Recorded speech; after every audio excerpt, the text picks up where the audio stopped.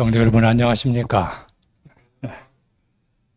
하나님의 창조 기념일인 거룩한 안식일을 맞이하여 하나님께 예배드리는 우리 모든 성도님들께 하나님의 은혜가 충만하기를 기원합니다. 날씨가 더워서 무척 힘드실 줄 압니다. 이 더운 여름을 잘 이기고 영육간에 우리 믿음의 가족들 강건하기를 기도합니다. 하나님 말씀 요한계시록 2장 18절부터 23절까지 보겠습니다.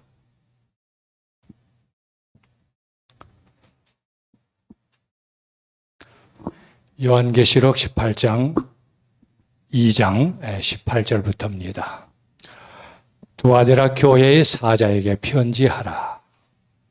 그 눈이 불꽃 같고 그 발이 빛난 주석과 같은 하나님의 아들이 이르시되 내가 내 사업과 사랑과 믿음과 섬김과 인내를 아노니 내 나중 행위가 처음 것보다 많도다. 그러나 내게 책망할 일이 있노라. 자칭 선지자라 하는 여자 이세벨을 내가 용납함이니 그가 내 종들을 가르쳐 꿰어 행음하게 하고 우상의 제물을 먹게 하는도다. 또 내가 그에게 회개할 기회를 주었으되 자기의 음행을 회개하고자 하지 아니하는도다. 볼지어다 내가 그를 침상에 던질 터이요 또 그와 더불어 간음하는 자들도 만일 그의 행위를 회개하지 아니하면 또 큰 환난 가운데 던지고 그 다음 23절 우리 다 같이 읽겠습니다. 시작. 또 내가 사망으로 그의 자녀를 죽이리니 모든 교회가 나는 사람의 뜻과 마음을 살피는 자인 줄 알지라. 내가 너희 각 사람의 행위대로 갚아주리라. 이 시간에는 시험을 이기는 신앙이라는 제목으로 두아데라 교회에 보내는 말씀을 묵상하겠습니다. 우리가 성경을 연구하는 목적은 무엇입니까? 바울 사도는 이렇게 기록했습니다. 로마서 10장 17절입니다. 믿음은 들음에서 나며 들음은 그리스도의 말씀으로 말미암았느니라. 그리스도의 말씀과 기도를 통해서 믿음을 강하게 하고 크게 하기 위해서 우리가 성경을 연구합니다. 그리스도께서는 이렇게 말씀하셨습니다. 요한복음 5장 39절입니다. 너희가 성경에서 영생을 얻는 줄 생각하고 성경을 상고하거니와 맞다. 그렇다. 이 성경이 곧 내게 대하여 증거하는 것이니라. 성경을 연구함으로써 구원의 주님 예수 그리스도를 만나고 더 알기 위해서입니다. 우리가 요한계시록을 연구하는 목적은 무엇입니까? 계시록 1장 3절입니다.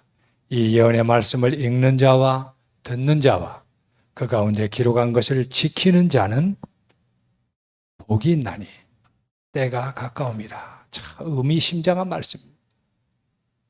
이 가깝다고 하는 그때는 분명히 오고야 말 것입니다. 대쟁투 593페이지입니다. 성경의 진리로 마음을 무장한 자들 외에는 아무도 마지막 대쟁투를 견디지 못할 것이다. 나는 이만하면 무장했지. 그런 사람 아마 없을 거예요. 겸손한 마음으로 날마다 주마다 성경의 말씀으로 진리로 무장을 할 때에 우리는 하나님의 은혜의 능력으로 마지막 대쟁투를 견디고 통과하게 될 줄로 믿습니다. 요한계시록을 연구함으로써 진리로 무장하고 마지막 대쟁투를 견딜 수 있도록 준비되기 위해서입니다. 저와 여러분이 계시록을 연구하고 성경을 연구함으로써 믿음이 강해지고 예수 그리스도를 더 알게 되고 마지막 대쟁투를 위해 준비되기를 바랍니다. 어떤 성도님은 저한테 그래요. 목사님, 저는 믿음이 좀 커졌으면 좋겠어요. 네. 비결은 겸손하고 기도하는 마음으로 말씀을 읽고 듣고 묵상하는 것입니다. 그리고 기도로 그 말씀의 은혜를 나에게 적용시키는 것입니다. 적용시킨다는 말은 말씀을 지적으로 끝내는 것이 아니라 나의 삶으로 순종하는 것을 말하는 것입니다. 7교회 보내는 기별은 1차적으로 소아시아에 있는 교회에게 주어졌고 2차적으로는 각 시대의 그리스도의 교회에게 주어졌습니다. 그리고 3차적으로는 이 말씀을 읽고 듣고 연구하는 개인에게 적용됩니다. 그래서 요한계시록의 이 7교회에 보내는 기별은 3중 적용입니다. 첫째로 바로 그 두아데라 교회의 성도들, 둘째로 두아데라 교회 시대가 의미하는 주후 538년부터 주후 1517년까지의 교회, 그 다음에 셋째로 바로 저와 여러분 개개인입니다. 이 각 시대의 그리스도의 교회라는 말은 에베소 교회 시대는 주 31년부터 100년까지입니다. 서문화 교회 시대는 주 100년부터 313년. 버가모 교회 시대는 주 313년부터 538년. 두아데라 교회 시대는 주 538년부터 1517년. 4대 교회 시대는 주 1517년부터 1798년. 필라델비아 교회 시대는 주 1798년부터 1844년. 그리고 라오디게아 교회 시대는 주 1844년부터 은혜의 시기의 끝까지입니다. 적어도 성경을 가르치는 교사님들이나 부교사님들은 이 정도는 외워두는 것이 좋겠지요. 이 두아디라라고 하는 말의 뜻은 노동의 달콤한 맛 또는 수고의 향기라는 뜻입니다. 이 두아디라는 그 도시의 산업적인 배경에 잘 맞는 그 이름을 가지고 있습니다. 두아디라는 산업도시예요. 서울 하면 무슨 도시입니까? 대한민국의 정치, 또 경제, 또 문화의 중심지다. 그렇게 말해도 지나친 말은 아니겠지요? 네. 인천하면 어떨까요? 인천은 공단과 또 이 항구, 또 일자리들이 많기 때문에 산업도시라고 해도 지나친 말은 아닐 것입니다. 두아데라 시하고 좀 비슷할 수가 있습니다. 이 두아데라 시에는 염색업이 발달했습니다. 그러므로 사도행전 16장 14절에 보면 바울 사도가 필립보라는 도시에 들어가서 전도를 하는데, 선교 활동하는데 안식일이 됐습니다. 근데 필립보라고 하는 도시는 로마의 직할시였고 로마 제국의 이 공권력이 구석구석까지 미치고 있었기 때문에 그런지 몰라도 유대인 회당이 없었습니다. 그래서 안식일을 지키기 위해서 교외로 나가서 강가에 앉아서 거기 모인 여성들에게 바울 사도가 설교를 했습니다. 안식일 대예배 설교를 한 거죠. 앉아가지고. 그런데 그때 그 회중 가운데 누가 있었느냐면 두아디라 시에 있는 자주 옥감 상인인 하나님을 섬기는 루디아라고 하는 여성이 바울의 설교를 듣고 있었습니다. 주님께서 그 마음을 열어서 바울의 설교를 따르게 하셨습니다. 그래서 이게 지금 안식일 대예배를 드리는 도시는 필립보 도시인데 이 루디아라고 하는 이분의 그 사업의 근거지는 두아디라시였어요. 그래서 이 루디아와 그 가족이 다 침례를 받고 바울 사도에게 간곡히 말하기를, 루디아 성도가 말하기를 자기 집에 숙소를 정하고 선교 활동을 하십시오 하고 강권한 겁니다. 바울 사도와 그 일행은 숙소가 없었어요. 천막 만드는 일을 해가지고 그날 벌어서 이제 말하자면 천막에서 자든지 여관에서 자든지 그러면서 선교 활동을 한 것입니다. 그런데 루디아가 제 집에 유하면서 선교 활동을 좀 하시지요. 그래서 바울 사도 일행이 그것을 호의를 받아들인 겁니다. 그리고 필립보 교회가 세워졌어요. 이 루디아 성도가 루디아 집사가 되었겠지요. 필립보 교회의 초창기에 아주 뛰어난 필립보 교회 성도가 된 것입니다. 또 두아디라에서는 각종 제조업이 발달했습니다. 두아디라 시민들은 대부분 가난한 노동자들이었습니다. 어느 도시와 대조됩니까? 두아디라 도시하고 버가모 도시하고 대조됩니다. 왜냐하면 버가모 시는 로마의 도청 소재지가 있었어요. 그리고 로마의 대법원이 있는 곳이었습니다. 그러니까 이 도시가 벌써 도시 거리가 달랐겠죠. 근데 두아디라 시민들은 노동으로 근근히 살아가는 고달픈 생계를 유지했고, 두아디라 시는 산업도시였습니다. 그러나 두아디라 교회는 7교회 가운데 가장 작은 교회이면서도 가장 긴 편지를 받고 있습니다. 그리스도께서 가장 긴 사랑의 메시지를 주신 것입니다. 이런 배경처럼 두아디라 시대인 이 주 538년부터 1517년까지는 하나님의 백성들이 믿음으로 말미암는 구원의 감격과 이 평안함을 상실하고 행함으로 이루어지는 구원을 주장하는 중세 로마 교황권의 온갖 시달림 속에서 고행을 감수하며 살아야 했던 긴 중세의 천년간을 가리키기에 적합합니다.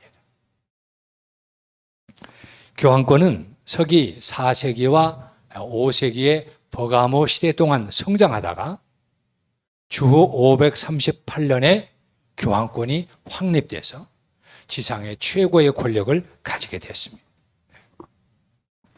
590년에는 교황 그레고리 1세의 즉위로 모습을 새롭게 하고 1073년에는 교황 그레고리 7세의 취임으로 전성기를 누리고 그 다음에 1198년에는 이노센트 3세 때는 절정기를 누렸습니다.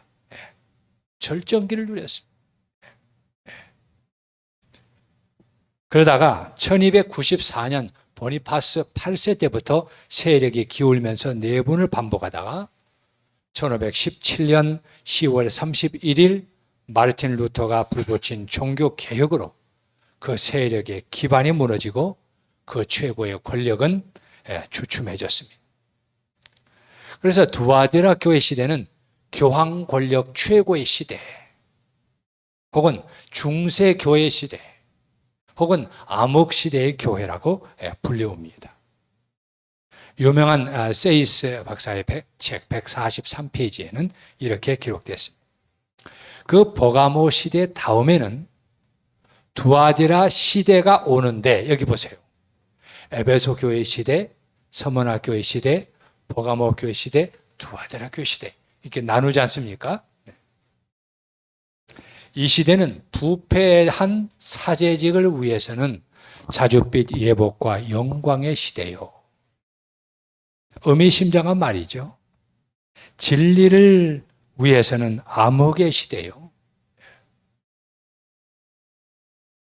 길을 펴지 못한 시대이며 교직자가 판을 친 시대이다. 그 로마 교회가 그리스도의 자리를 빼앗고, 참 의미심장한 말이죠. 들어선 때요, 예수님의 증인들이 옥에 던져지고 화형주에 달리고 종교 재판에 회부되던 때이다. 루터와 종교개혁의 시대에 이르기까지 거짓 여선지자가 보좌에 올랐던 시대이다. 여기 거짓 여선지자. 조금 있다가 나옵니다. 제가 중세 암흑시대 때의 종교 재판소를 좀 답사할 기회가 있었는데 눈물 없이는 볼 수가 없는 종교의 이름으로, 기독교의 이름으로, 예수 그리스도의 이름으로 이렇게 잔인하게 사람들을 죽일 수가 있구나 하는 것을 보면서 몸서리 쳐졌습니다. 이 두아드라 시대가 바로 중세의 천년간을 나타낸다는 사실은 로마 가톨릭 교회 스스로가 자인하고 있습니다. 로마 가톨릭 교회의 주석가로서 홀즈 하우저가 있습니다. 그는 저명한 주석가로 알려져 있고 그의 견해는 거의 영감시 되고 있습니다. 거기 보면 교회의 네 번째 시대인 두아디라는 얼마나 꿰뚫고 있습니까? 로마 천주교의 이 성경 주석가가 이 보세요. 이교 로마가 몰락된 때에 시작되며 보세요. 이로부터 1000년 동안 마귀의 쇠사슬에 얽매인다. 여기 보세요. 교회는 고조됐던 핍박에서 벗어나면서 자신의 높은 부르심을 등지고 사치를 부여잡는다. 이 기별은 6세기부터 16세기에 이르는 중세기 교회의 내적인 상태를 드러내고 있다. 아주 참 의미심장하죠. 우리가 이 편지를 네 번째 시대에 적용시킨다면 그것은 아주 갈목할 만한 방식으로 그것의 역사적인 관점과 일치한다고 말할 수 있다. 왜냐하면 교회나 세상이 다 같이 이 시대를 중세 시대라고 말하고 있기 때문이다. 그러므로 두아디라 시대를 그토록 패역하고 배도하게 한 자칭 선지자라는 여자 이세벨을 용납한 중세교회의 시대란 종교권과 정치권을 한 손에 잡고 그 최고의 권력을 마음껏 휘두른 교황으로 대표되는 로마 가톨릭 교회입니다. 이 두아드라 시는 버가모시 남동쪽에 위치해 있고 아시아와 동쪽 지역의 상품이 몰려들어서 상업의 중심지가 됐습니다. 이 두아디라는 버가모처럼 높은 곳에 있지 않고 평지에 건설되었습니다. 천연적인 요새의 혜택이 없어서 성도 두르지 못한 무방비한 도시였습니다. 이 지리적 배경은 두아드라 시대의 교회가 사탄의 공격에 무방비로 노출되고 진리를 방어하지 못하고 오류와 미신과 비진리에 정복당한 것을 볼 때에 의미심장하다고 말할 수 있습니다. 계시록에 기록된 당시 두아디라는 제조업이 발달된 산업도시였습니다. 시민의 대부분은 노동자와 상인들이었고 그들은 오늘날의 노동조합인 중세기의 길드를 조직해서 자기들의 권익을 지켰습니다. 길드는 동업조합입니다. 이 두아디라는 아시아의 어느 도시보다도 이런 길드 조직이 왕성했던 곳입니다. 노동조합이 왕성했었다는 뜻으로 해석해도 됩니다. 그리스도인들은 바로 이런 노동조합 때문에 신앙상의 어려움이 많았습니다. 다 신앙의 원칙을 버리는데 자기만 성경의 원칙을 지키기가 어려웠던 것이지요. 고고학 발굴 기록에 따르면 당시 두아디라에는 모직조합, 또 피혁조합, 피혁조합은 가죽을 말하죠. 아마포조합, 섬유, 청동재련조합, 두루마기 제품조합, 염색업조합, 도자기업조합, 제빵업조합이 있었고 심지어는 노예 매매업자 조합도 있었음이 비명에서 밝혀졌습니다. 이들 노동조합이나 동업조합은 생업과 직결된 강력한 조직으로서 회원들은 이익과 친목을 위해서 갖가지 행사를 했습니다. 그 중에는 공동 식사라는 것도 있었습니다. 이교의 관습과 직결되는 것으로서 이교 신들에게 제사하고 우상에게 바친 제물을 공동으로 먹는 일, 그리고 각종 부절제와 태폐적인 행위를 공동으로 하는 일이었기 때문에 그리스도인들에게 큰 시험이 되었습니다. 이것을 거절하고 소외당하느냐, 아니면 우상에게 절하고 그 제물을 먹는 것과 태폐적인 행위를 하느냐, 이 사이에서 그들은 결정해야 했습니다. 다른 도시와는 달리 두아디라에는 그리스의 신들이나 황제 예배의 중심지가 아니었기 때문에 시민들의 종교적 관심은 미미했어요. 그래서 이교나 황제 예배로 인한 외부의 핍박은 거의 없었습니다. 그런데 문제는 오히려 생업과 신앙 사이에서 생기는 내부로부터의 시험이었습니다. 오늘날은 어떻습니까? 아시는 대로 봉건 제도로 성립된 중세 사회에서는 정치와 경제와 신앙은 나눌 수 없는 관계에 있었습니다. 교회 감독들이 영주가 되기도 했던 당시에 감독들의 머리인 교황은 사제 임명권을 놓고서 신성 로마 제국 황제와 죽느냐 사느냐의 투쟁을 수백 년 동안 벌이기도 했습니다.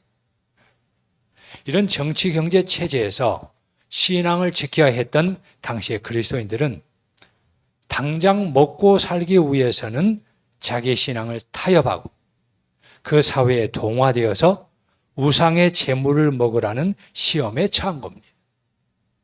계시록 2장 20절 보면 여기 그가는 이세벨을 말합니다. 내 종들을 가르쳐 꿰어 행음하게 하고 우상의 제물을 먹게 하는도다. 우상의 제물을 먹게 하는 것을 영적 행음이라고 말하고 있습니다. 밥상이 올무가 된 것입니다. 먹기 위해서 신앙을 타협할 것인가? 아니면 굳세게 주님을 신뢰하고 말씀대로 살 것인가? 이 둘 사이에서 그들은 결정해야 했습니다. 우리 김영환 장로님과 얘기하면서 말씀 들어보니까 옛날에 쌀가게를 하셨다 그래요. 쌀가게를 하셨는데 금요일 저녁에 예배 드리고 집에 가보면 쌀거리가 떨어졌다고 쌀 달라고 한답니다. 안식일에 해는 졌고 그거 어떻게 해야 돼요? 그래서 안식일을 지키기 위해서 그냥 쌀가게를 이제 문 닫고 그 다음에 건축업에 이제 시작을 했다고 말씀하는 걸 들었습니다.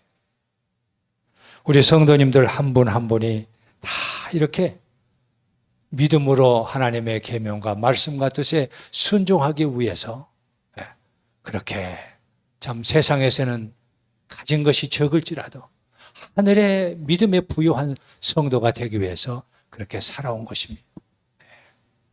우리 김기준 장로님도 참 저기 그 어느 섬에 가서 그 참 노동도 하고 또 제가 다른 사람으로부터 들었는데 과일 가게도 하고 그렇게 하면서 안식일을 철저하게 지키셨습니다. 우리 김기준 장로님 하시는 말씀을 들으니까 화요예배, 금요예배, 안식일 예배 거의 빠지지를 않으셨다고.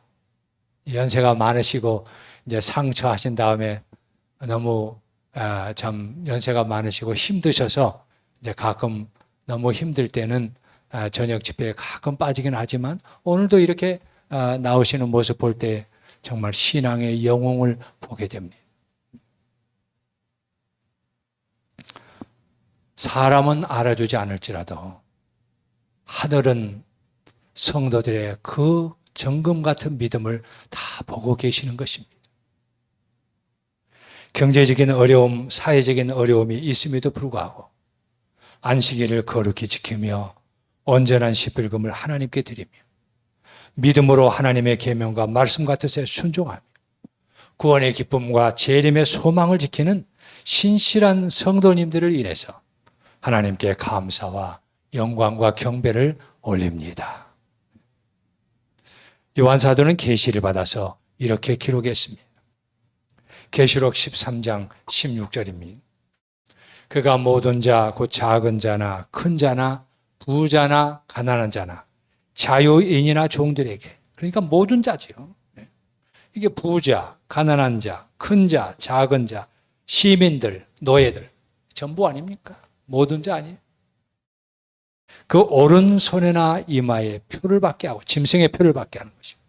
마지막 때 오른손은 일하는 거, 일을 못하게 하는 것과 관련이 있지.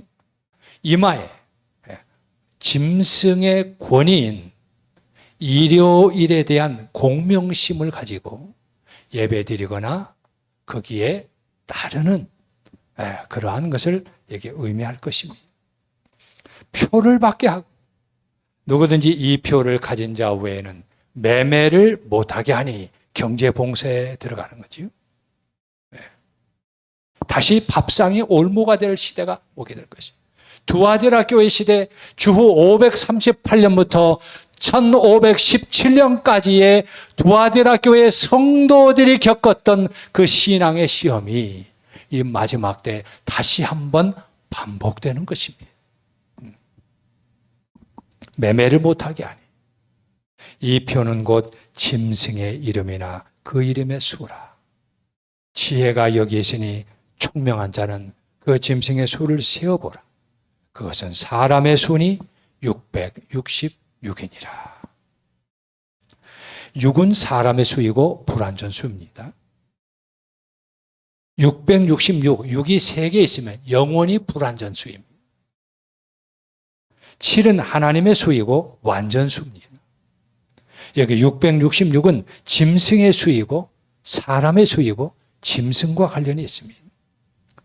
짐승은 로마 가톨릭 교회를 말합니다. 교황권을 말합니다.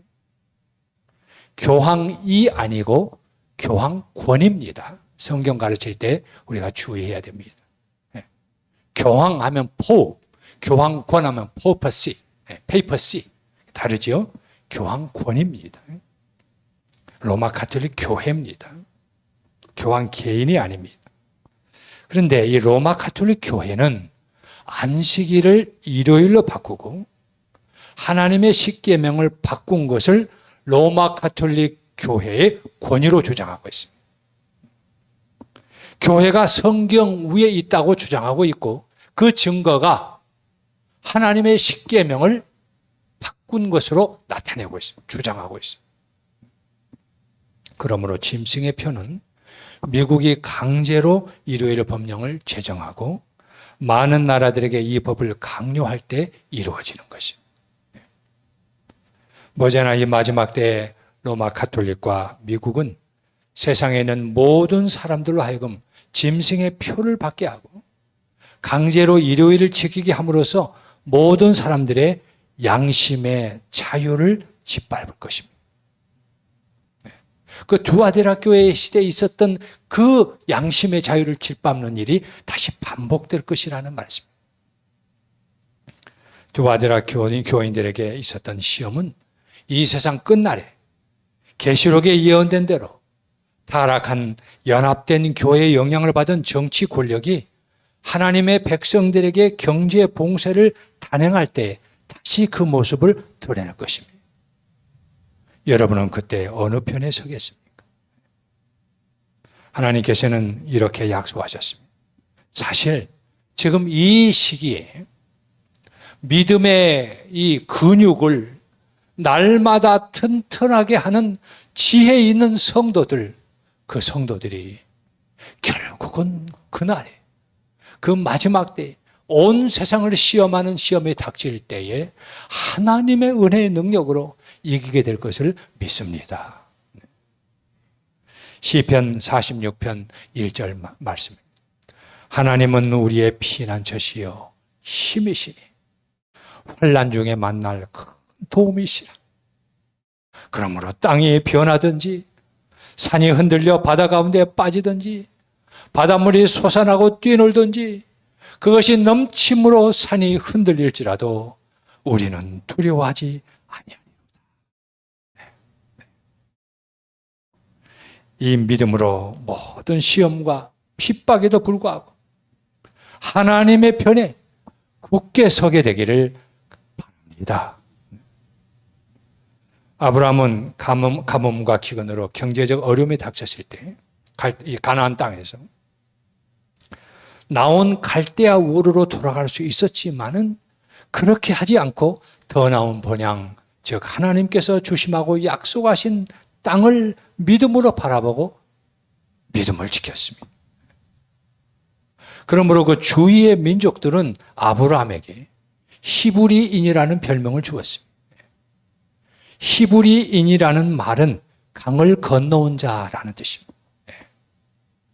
유프라테스 강을 건넜을 때 이 아브라함은 그의 마음을 확고히 했습니다. 하나님의 부르심을 따라서 믿음으로 이 갈대아 우르를 떠나서 유프라테스 강을 건넌 이 아브라함은 하나님만을 따라가겠고 하나님만을 믿고 그 말씀에 순종하겠다는 믿음을 확고히 했습니다. 그리고 다시는 강 저편으로 돌아가지 않았습니다. 그리하여 그의 후손들을 히브리인들이라고 말하는 것입니다. 강을 건너온 사람의 후손들이라는 것입니다. 이스라엘의 지도자 여호수아는 그의 고별 설교에서 이렇게 말했습니다. 여호수아 24장 14절 그러므로 이제는 여호와를 경외하며 온전함과 진실함으로 그를 섬기라. 너희의 조상들이 강 저쪽과 애굽에서 섬기던 신들을 치워버리고 여호와만 섬기라. 만일 여호와를 섬기는 것이 너희에게 좋지 않게 보이거든 너희 조상들이 강 저쪽에서 섬기던 신들이든지 또는 너희가 거주하는 땅에 있는 아모리 족속의 신들이든지 너희가 섬길 자를 오늘 택하라. 오직 나와 내 집은 여호와를 섬기겠노라. 어떤 시험과 핍박이 온다고 할지라도 하나님을 섬기며 그 계명과 말씀과 뜻대로 순종하며 살아서 이 세상에서도 구원의 감격과 은혜의 기쁨 속에서 사시고 우리 구주 예수 그리스도께서 재림하시는 그날 그리스도께서 주시는 불멸의 영광에 참여하게 되시기를 바라면서 말씀을 줄이겠습니다.